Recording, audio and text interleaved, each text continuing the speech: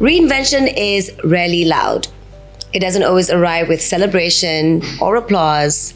Sometimes it begins in silence in a decision that no one else sees. So this International Women's Day, we began a series of conversations inspired by Tiffany Co, honoring the quiet turning points that shape a woman's life. In our first episode with Jane Shark on Icon Malaysia, we uncovered the strength to begin, the courage to take a leap without guarantees. And in this second episode today with me, Sazzy Falak, together with Harper's Bazaar Malaysia, we're exploring something very specific, which is the strength to reinvent. So what we're going to be uncovering today is the moment everything shifted for our guest. What was the decision that required her to release, and how that single choice reshaped her understanding of strength?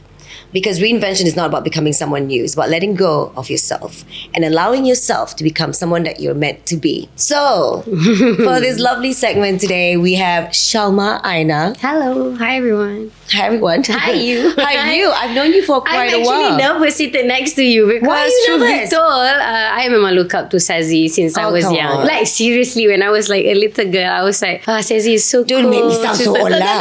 I mean, like, no lah. We've known each other for quite a while. Yeah. So I think I grew up seeing you on screen. So it's a pleasure to be seated next to you. So, Oh, thank you. And I've been watching your accolades, your success all these years. You know, you started talking about you started as like a TV personality, hosting, media personality, and then you went and became a businesswoman, and now you're a fashion designer. You've gone through so many facets in your life, Yes. and you've done it with so much grace and you know, it seems effortless. But you know, when it comes to doing things like that, when it comes to going through changes and the stuff that you go through as a woman in life, from the outside, it does look effortless. But Yeah. people don't know the internal work that has to be done inside correct. while you're going through the motions of life. Yeah. And that's what we want to uncover today Okay, with let's you. go.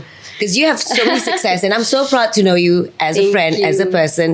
And thank you for saying you look up to me, because that just sounds, that's gold. Coming from someone like you who has so many success in their life. So I want to begin before the transformation was obvious, and go back to that moment when you chose yourself. Yep. Do you remember that moment? Yes. All right. So we start off with the shift. Correct. We go through life, and there are many points in our lives that we go through shifts. And then it started as when we were little girls, Correct. in our teens, but more so as adults. And I think as adults, when you go through shifts, it's even more jarring and even more noticeable. Yes. Correct? Yes. So for those who have followed your journey, like I mentioned earlier on, you started being a media personality, hosting on TV, and then a business icon. But you know, when it comes to reinvention, it's rarely as effortless as it looks from the outside. So before the new chapter became visible, before that transition made sense to others, there was that private moment where you Correct. decided something had to change. So I want to understand that shift. Can you go back to that moment when you had that shift and you made that decision? The exact second something changed internally. I think for me, when I was younger, I've always been this very curious girl. I always wanted to know a lot of things. I'm always like around looking for new things to explore. So Yeah. I feel like that I had in me since I was young. So that really pushed me to like learn more about myself, Yeah. to see what else can I do, you know, instead of just, but I don't treat it like something that's very pressuring. I would like normally like go with the flow. So You enjoy learning. yeah, I enjoy learning because I always tell myself like, you know, knowledge is the key, and I will always keep on learning until I grow old. So why not stress about it? Like, Yeah. so what I do is every year I would like tell myself like yearly what's like my goal, what do I want to learn, what I'm curious about. It can be random things, you know, Yeah. like we talked before, like we were shooting, we're talking about working out. I'm very Yeah. curious on how it works. What's the, you know, the analogy behind it and Yes. all of that. So I feel like, I think I'm a hungry little girl, you know. I think we should always stay as hungry little girls, regardless of how old we become. Because you know what? A lot of people are afraid of change. But once we embrace change, that's when it becomes beautiful. Correct. And I love that you're curious. Yeah. Curiosity, they say curiosity kills the cat. I think it fuels the cat. Yes. Also. Yes, I agree. That's why they have 9 lives.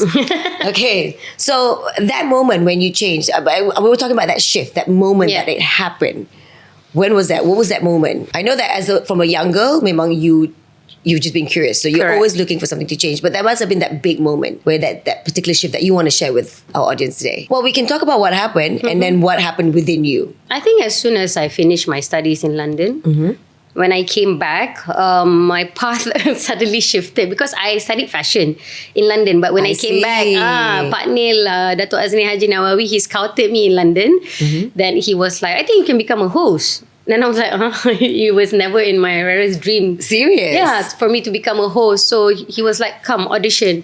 So when I came back, I was offered to be on air punya, what do you call it? Like a seminar, 6 months boot camp. I see. Yeah, there was that TV personality or TV host boot Correct. camp So that I Pak had Nil did. Yeah. Betul, correct. Then I had to choose like, okay, do I want to pursue my fashion straight away? Because I was still hungry to learn about fashion, or should I shift my path a bit? Because somehow this was given to me in a quite a random way, Yeah. you know? So I'm like, you know what? Again, I feel like everything, you know, it's meant to be if it's already given to me. So I feel like, okay, 6 months wouldn't hurt. Let's go, let's try it. Again, Yeah. it's also to seek knowledge because there's classes, there's like vocal classes, hosting classes and everything. So I wanted to learn from Pak Nil at that point of time. So true enough, it opened another path for me where I became the H Live TV host back then. So H Live, that was the show. I remember that. Okay. So I was the first host for that show at that point of time. So yeah, I learned a lot, but I gave myself a year.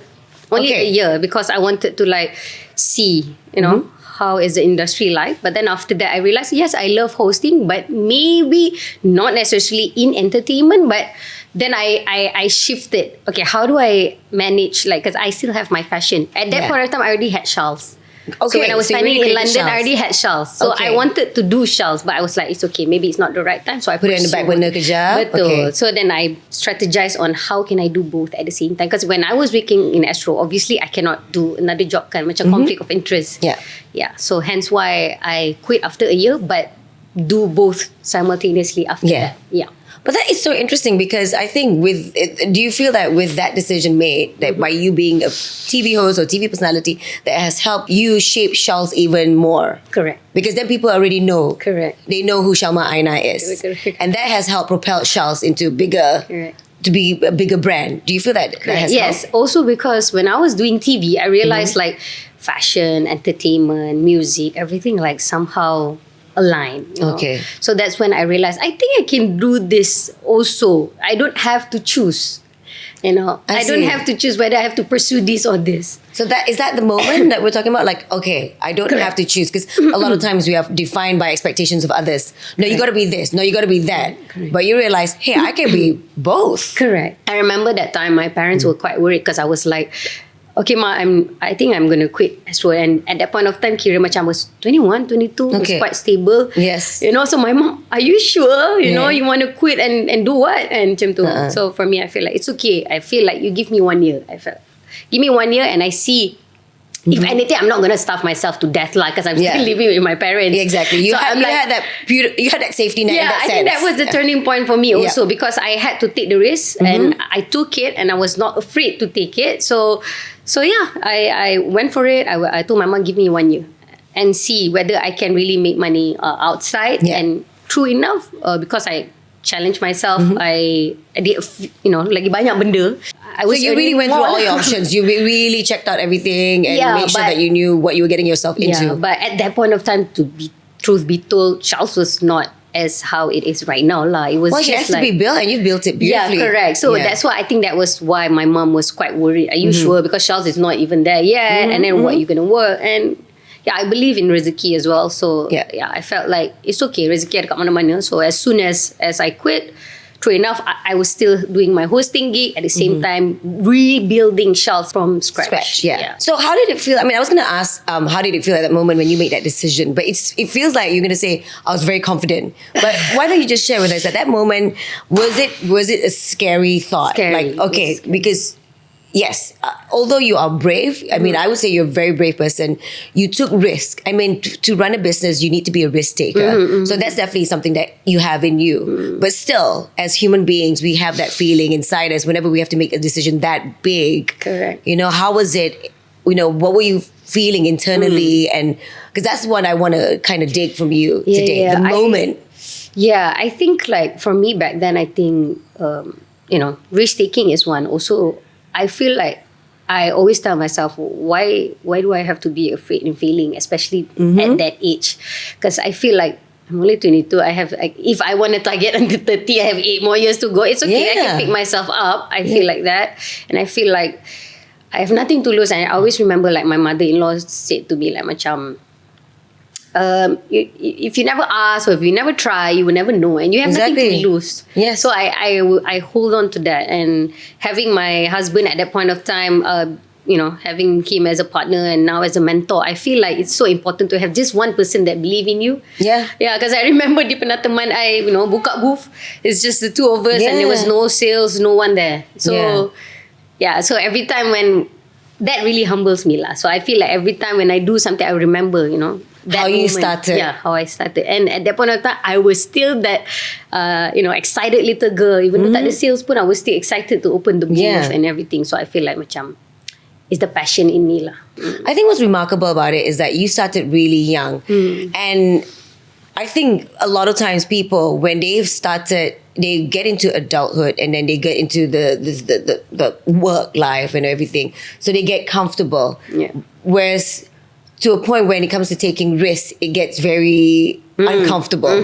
But you started before you were really, really comfortable. Your life was still exciting and all. So you knew, So I think that was remarkable about it. But what's even more remarkable is that you had that vision. You had that vision, and I'm just saying that because SHALS is where it is right now. I mean, literally, I just came to him like, I need one of your baju raya.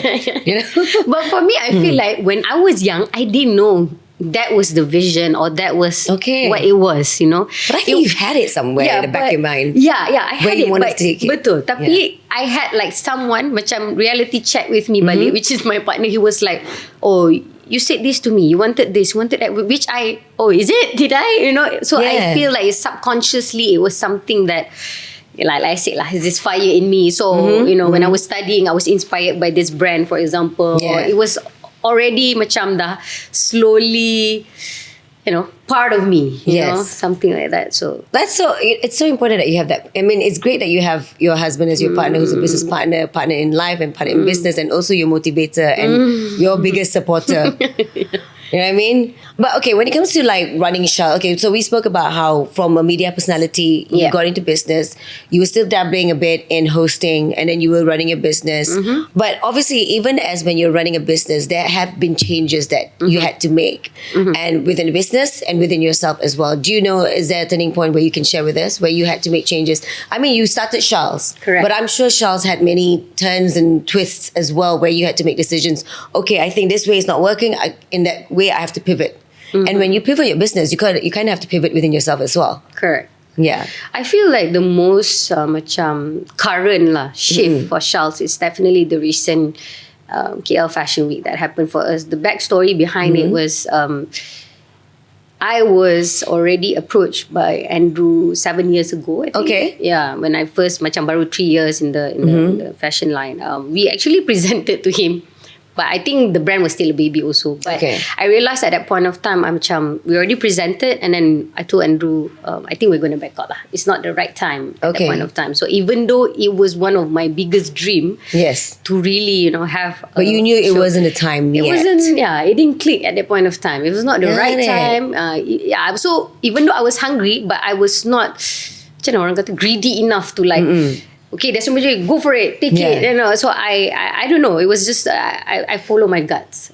That's good. That's good. So when did it click for you? Yeah. When did it come to your gut and go like, okay, this is it? Yeah. So it came, which is like 2023. I went to, I was amused for my friend's brand, and then he came to me. He was like, Shalma, which one? Huh? Which one? Which brand? Izzati Amira. Izzati. So Izzati Amira. Love her. Yeah. So Izzati was my senior dekat Raffles. Got it. So I was amused for the KL Fashion Awards. So again, in my head, I tak fikir apa-apa pun. I was like going to the show, supporting, and then Andrew came to me. He dropped me that bomb again, and then I was like, "What's that bomb?" Which is, when are you going to join KL Fashion Week? He was like, even after 8 years, he said that. But for me, I felt like. And at that point in time, how old was SHALS already? Already 12 years. Oh, 12 years. About time, honey. Okay. So he was like, about time, everyone, every year, kalau I pergi show pun, they kept on asking me. So I feel like, But I realized it's not because I didn't want to. It was because I think it's one of my biggest fear also. Right. Yeah. No, I mean, it's one thing about launching your own brand and then putting it out there, but then suddenly you're putting out, because in KL Fashion Week, it's an even bigger stage. Correct. More audience. Correct. More audience and more designers that I look up to. And I feel like I'm very much inspired by them. So I feel like that was my biggest fear. I said, I don't think I'm good ready enough? yet. Did that come about? I don't think I'm ready yet. I want to still learn. But then I realized the business, the 12 years, what else you want to learn, right? You just got to believe in yourself. So at this point, the learning is going to come from doing big stages like KL Fashion Week. And putting yourself in that position, then only you will learn more on like how it's like lah, behind the scenes of actually coming up with a collection. So I feel I learned a lot from that, and I'm so glad I took the risk, the biggest risk, and I overcame my fears lah. How was that moment like for you when you made that decision and then suddenly that day comes? You know, it was SHALS. It was crazy. Do you remember the day and time? Oh, I remember it was Friday. That was the day ke day 3? I can't remember day what. I know it's KL Fashion. By the way, and time was malam. I think second last day. Second last day. So I mean, okay, so let's just say the time came as it dawns nearer, as it gets closer. How was the feeling that It was crazy. It was like I was on autopilot during the day before the show, because a week before when the invite you already sent out the invitation, the samples was not here. So I was like begging to God. I was like, oh my God. I know that I was telling my husband, if the baju is not here, I'm going to change my identity. I'm going to move away from Malaysia. I don't know. It was too much. It was too. No, it is. Okay, I did KL Fashion Week as well for a few times with my brand then. I felt like dying. I felt like just moving to Bali and just staying there permanently. Angkut my anak-anak, because I was like, why am I doing this? Why did I put myself through this? Why do I put myself in this sort of... Why do we put ourselves in this situation? But after that, but the feeling after that euphoria, you go like, I'm glad I stuck it out. How was it for you? It was crazy. It was one of the best nights of my life. It turned out to be way better than I expected it to be. Quite an emotional one. Love it. But nice. Yeah. But it was... Jingle sikit. Okay. Yay. Sorry guys. My lawak coming out already. Okay. So this is great, this story that you're telling me, because we're talking about how when you do things, we kind of like, sometimes we stay stagnant, we remain the same. But with that decision of choosing to join KL Fashion Week, that's when you decided, I can't be the same. It's already 12 years old, this business of mine.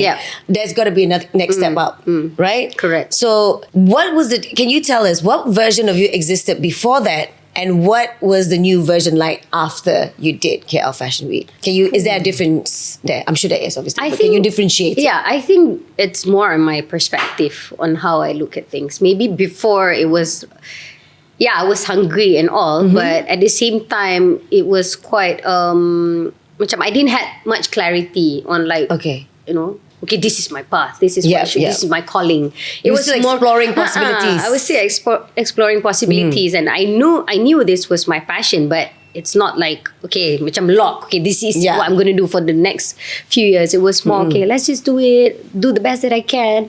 But after the show happened, I realized that I can inspire and empower more people like me, when I used to be not so confident, more fear of the unknown.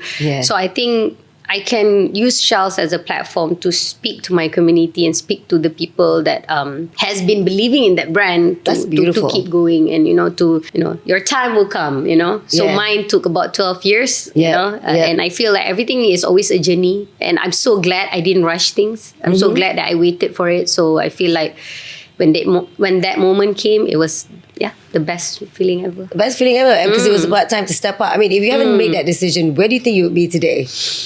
I think I will still be the person, I don't know, still doing creative things, I feel, But not as much of a risk taker as you are now. Yes. That's it. You got to take risks, guys. You got to step up. To level up, it's just you got to go for the unknown. I think, betul. Go for the crazy. Correct. And growth is very, very uncomfortable, but... It is. Tapi somehow that's life. You gotta go through it. Life is not easy anyways. It's not easy. I mean, you know what? Let's just go.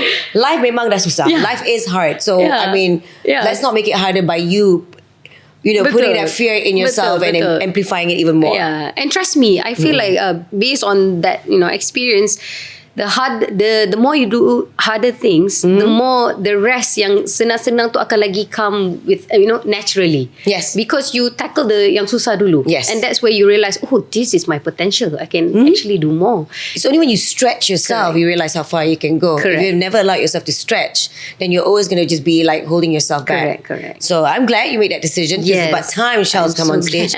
When are you going to go international? Yes. It's already going international. That's You're the plan. collaborating with Indonesia.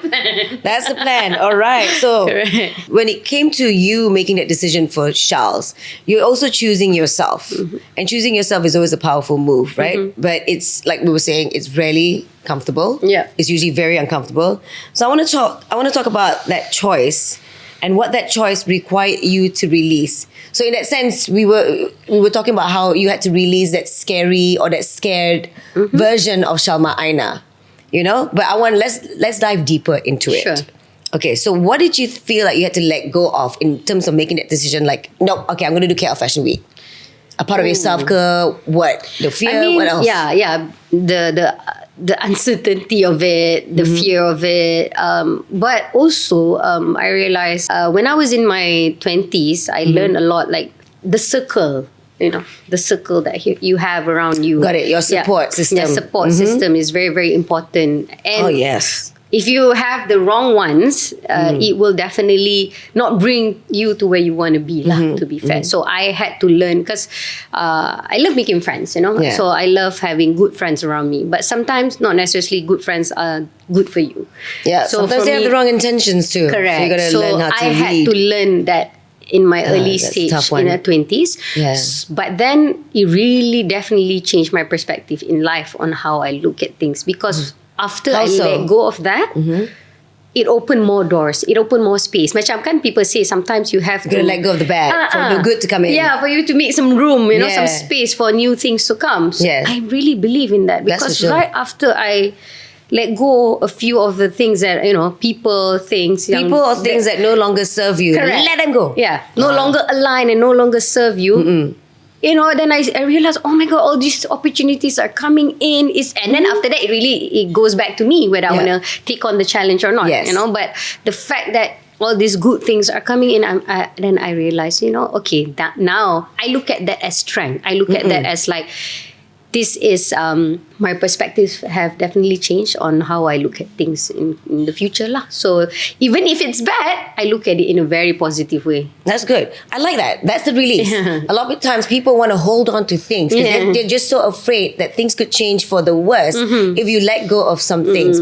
But in actual fact, release is the best thing you can do. You gotta really question yourself deep inside. Like, is this really serving me anymore? If it's not, why am I holding on to this? Release. And then suddenly you see a bunch of other beautiful things coming into your life. Because you're so in tune with yourself and you know your values. So you know what you can tolerate and compromise and it's boundaries lah at the end of the day. So you're like, okay, this is not good for me.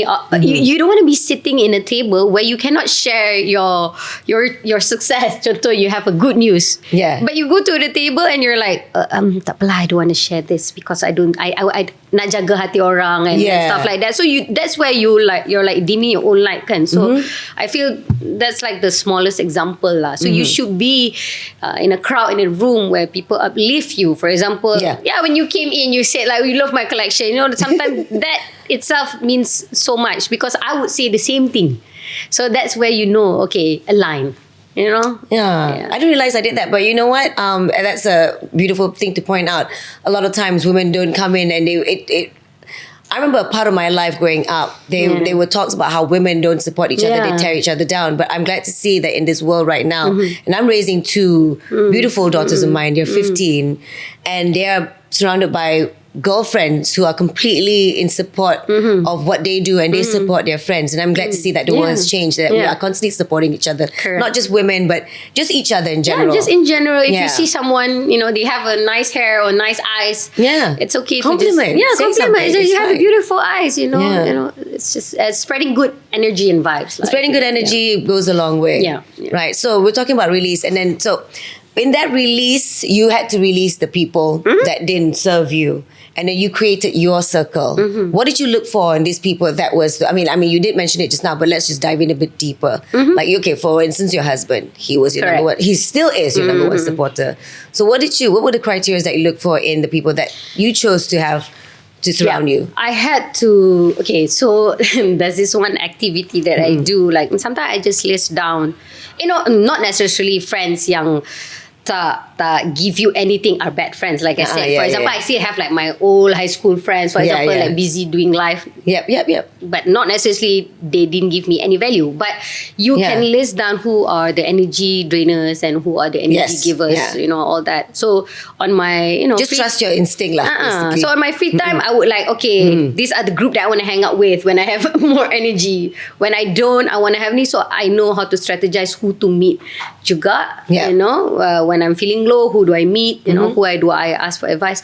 But other than that, again, I took on another challenge, which I feel like, in the industry, there's amazing creative people that I look up to, like designers or mentors, people in the media. That became mentors? Yeah, correct. So I feel like, at the end of the day, I really want to, be friends with them. And that's where I can, also share what I want and, no, not what I want, basically what I, want to learn from them. Yeah. Can you So- list down the mentors that you really look up to that has been supporting been there, you? done that. Yeah. Can you list them? Let's give a shout out.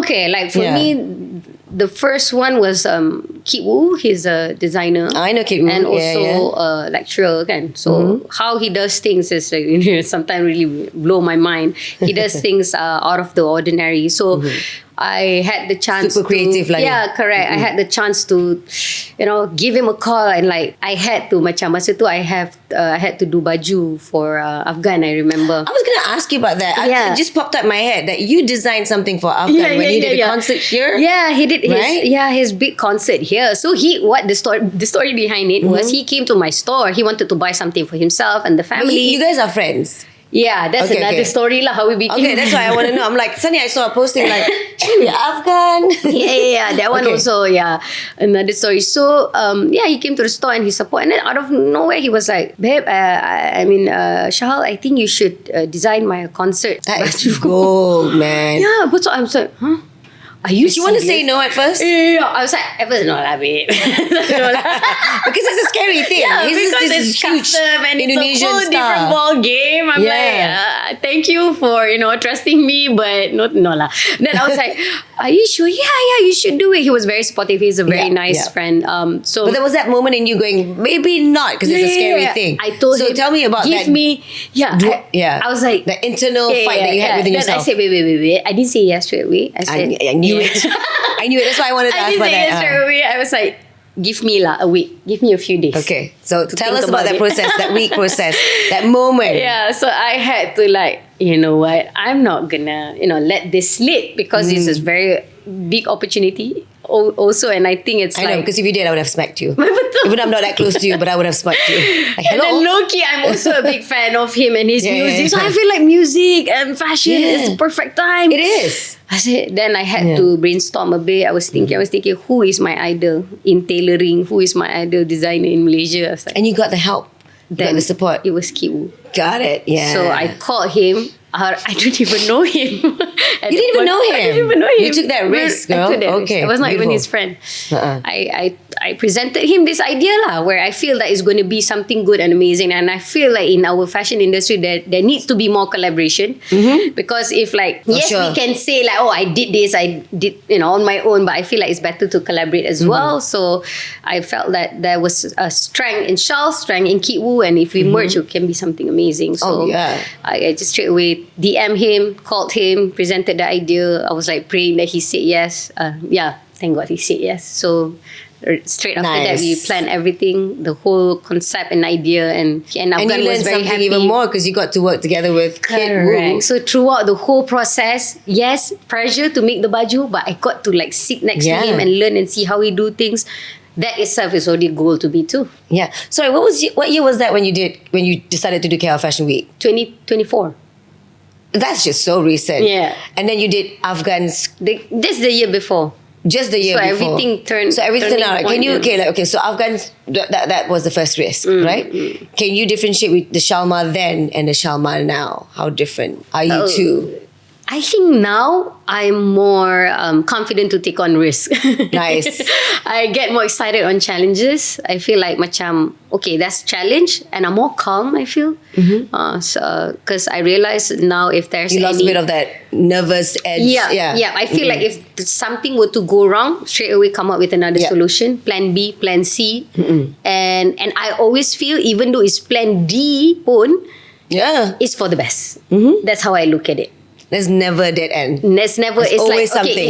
okay, I can plan so much, but end up if we went on with plan D, then that plan D is meant to be, not the plan A. That's how I look at it. Yeah, Pivoting. Not just in business, but within yourself as well. Correct. There's something powerful about strength that evolves, which is sometimes bold, sometimes refined. And that idea of strength in different forms is something that we're reflecting on throughout this series.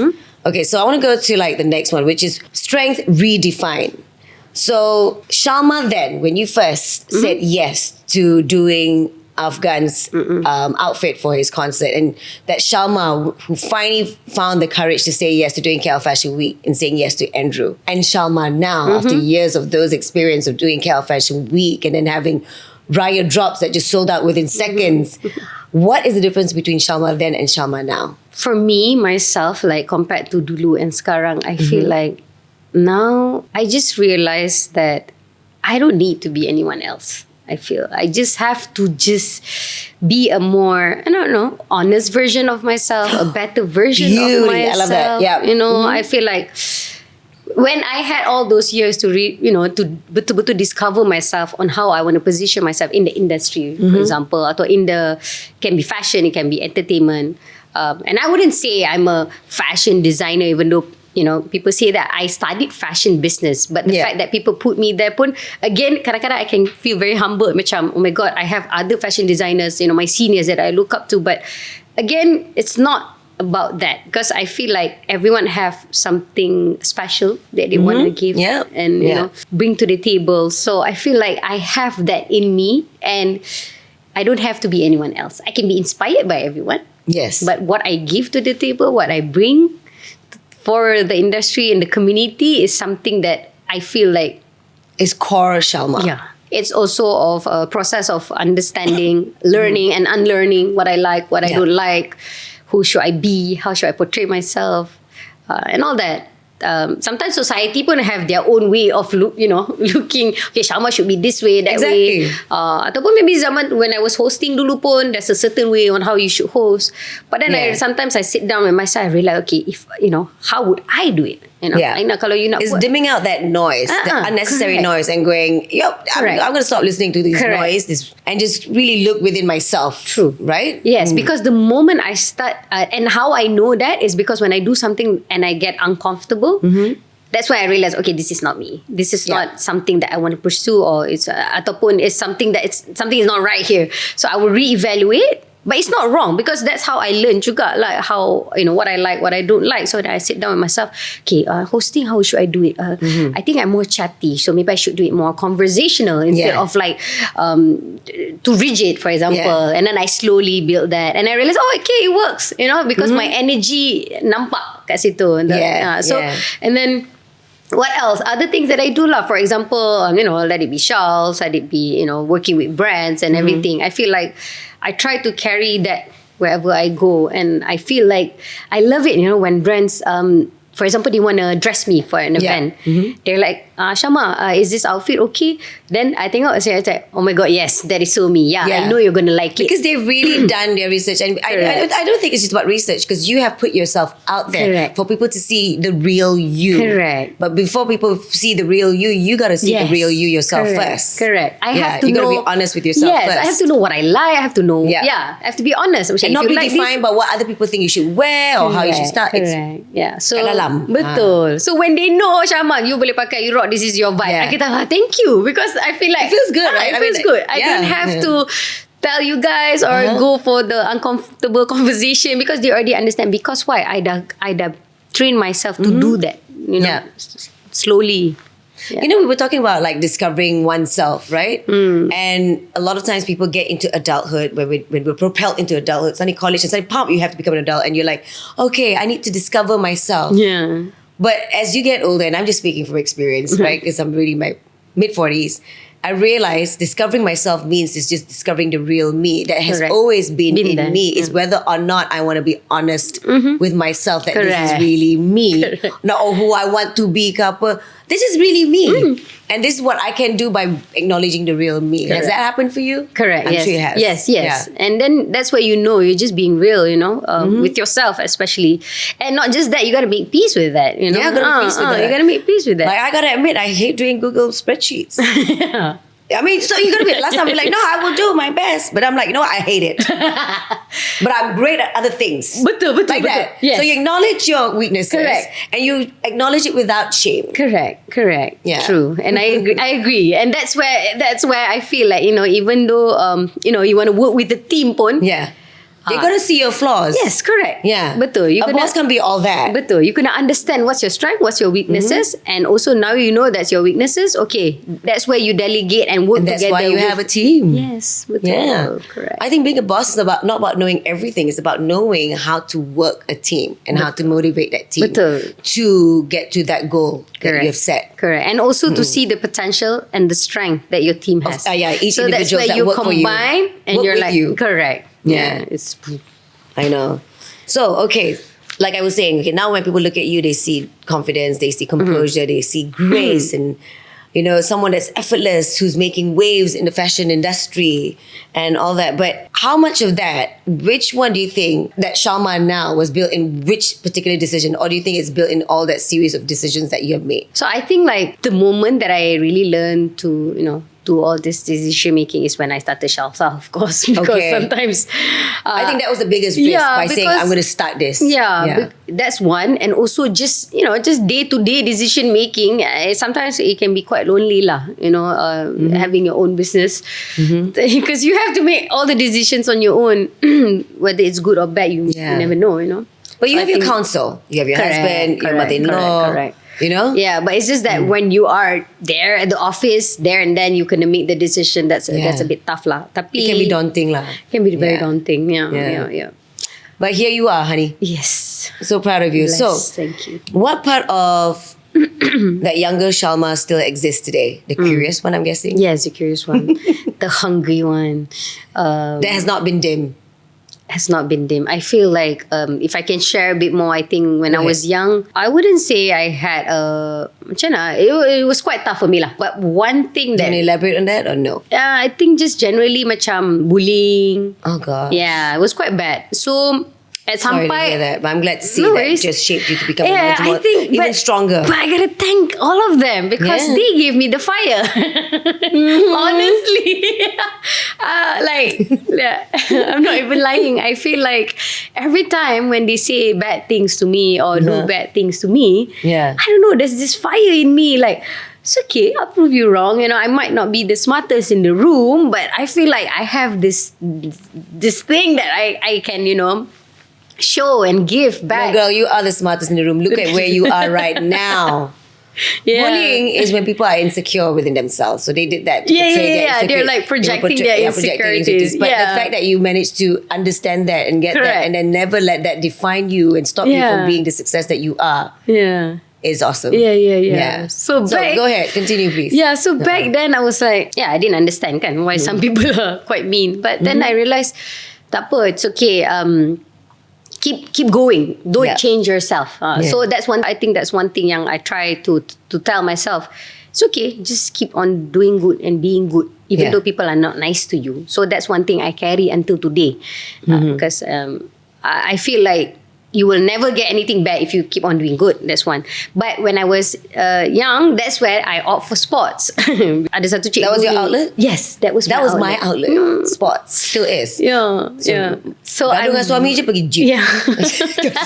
Okay. So that was your outlet. Betul. So I understand bila you cakap you're very athletic because I feel sport really was Yeah. really a big role, a big part of my life that really changed my mindset. Yeah, I it's a feel big like part of you being disciplined as well. I think Correct. by going into sports Correct. so heavily, it disciplined and shaped your mind. Yes. It's mental and strength, honestly, what betul. sports is. Like, Yeah. you see all these athlete tennis Yeah. players and you wonder. It's not about the skills, it's about it's here. about here. Yeah. So it's like, that's where I really, built my mindset and perspective, and like, I'm a team player, so semua I belajar from sports. Yeah. Yeah. And I Yeah. feel like, also sports teach me, menang kalah.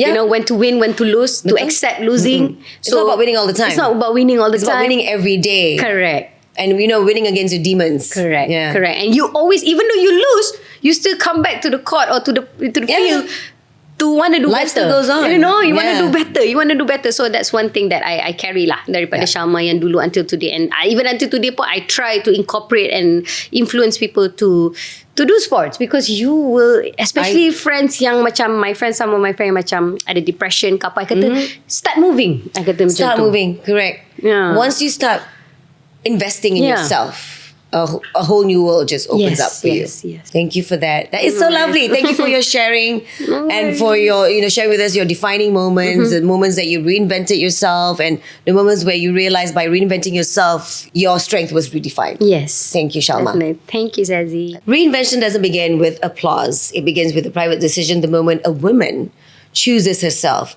Today's conversation was part of BAZAAR's International Women's Day 2026 series, created in collaboration with Tiffany Co, honoring the quiet strength behind the moments that shaped us. So Shalma, thank you so much for joining us today and for sharing your story, because sometimes the most powerful of transformations begin in silence. Thank you all. Happy International Women's Day! Yay!